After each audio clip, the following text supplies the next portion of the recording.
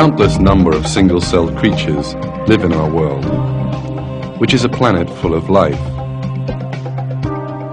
All of these single-celled creatures multiply by dividing and form exact copies of themselves as they do so. The embryo developing in the mother's womb also begins life as a single-celled creature, and the cell multiplies by copying itself. In this situation, unless there were a design, the cells of the unborn baby would all turn out to be the same, and what eventually would emerge would not be a human being, but a shapeless mass of organic matter. But nothing like that happens, because the cells are not unsupervised.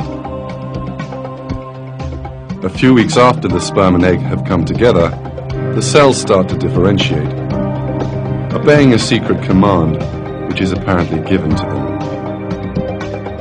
We are now witnessing this change, which is described as a miracle by all scientists. The unconscious cells have set about building the internal organs, skeleton and brain.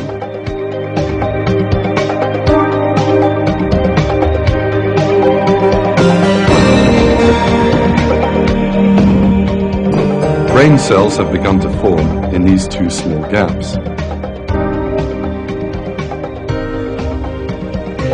This view you are now seeing, taken under an electron microscope, is the first development of the brain. Brain cells will multiply rapidly here, and as a result of this growth, the baby will possess some 10 billion brain cells. We are now seeing the formation of the brain cells. Every minute, 100,000 new cells are added to this collection. Each new cell that forms behaves as if it knows where it belongs, and which cells it has to make connections with. Each cell finds its own place. Out of an infinite number of possibilities, it joins only to the cell it needs to.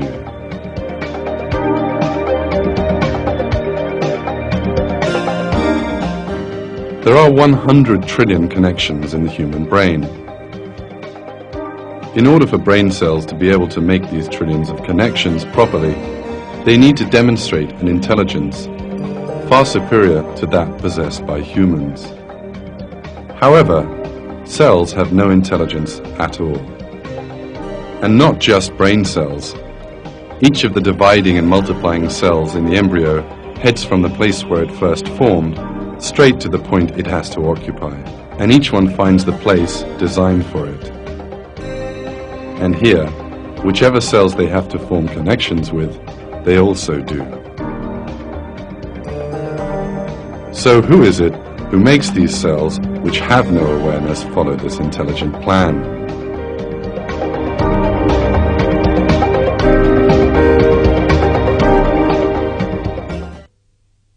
Bir yere gelir, rahme gireceği yeri seçer ve oraya yapıştıktan sonra aynı olan bütün bu hücreler nasıl oluyor da birdenbire bir yerden bir emir almış gibi hepsi ayrı ayrı yerlere göç ederek ayrı ayrı organların oluşmasını sağlamaya çalışırlar. Bu açıkça gösteriyor ki bu aynı olan hücreler, ne yapacaklarını bilmeyen hücreler, bütün genetiği, DNA'ları aynı olan hücreler bir yerden bir emir alarak bazıları beyni, bazıları kalbi, bazıları ise diğer organları teşkil ederler. Construction inside the mother's womb goes on unceasingly. Some of the cells undergoing change suddenly begin to expand and contract. Following that, hundreds of thousands of these cells come together, and these make up the heart. This heart will continue to beat for a lifetime. In a short while, we'll see a real miracle. These cells, which stand independent of each other, are in fact vein cells. Then these cells suddenly start to join onto each other and form connections between themselves, and the cells form the veins. Let's see that magnificent sight again.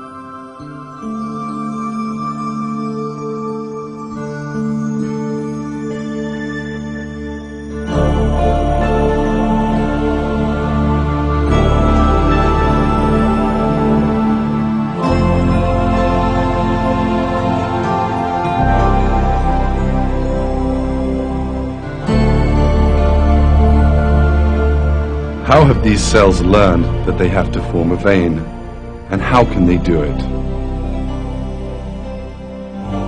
That is one of the questions that science has not yet found an answer to. The vein cells eventually make a perfect tubing system with no cracks or holes in it. The internal surface of the veins are smooth, as if made by expert hands. This perfect vein system will soon begin to carry blood to every part of the baby's body. The length of the vein network is more than 40,000 kilometers. That is almost as long as the circumference of the Earth. Developments in the mother's womb go on non-stop. In the 5th week, the embryo's arms and legs become visible. This bump will later turn into an arm. Some cells will then begin to form into hands.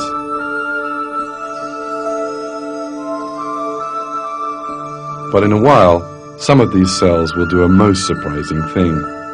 Thousands of them will commit mass suicide.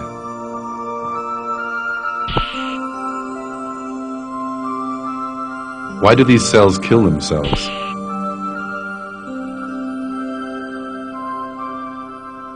The dying cells perform a crucial function.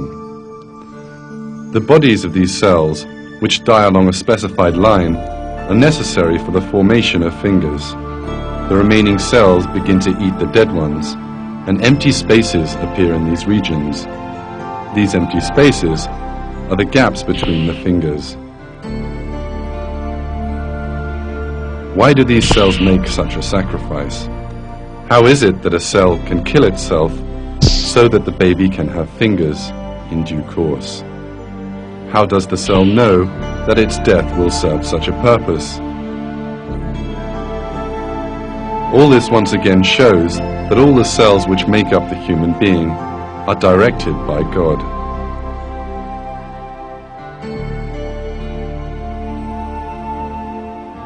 At this point, some cells have started to make legs. The cells cannot know that the embryo will need to walk in the outside world. But still, they make legs and feet for the embryo.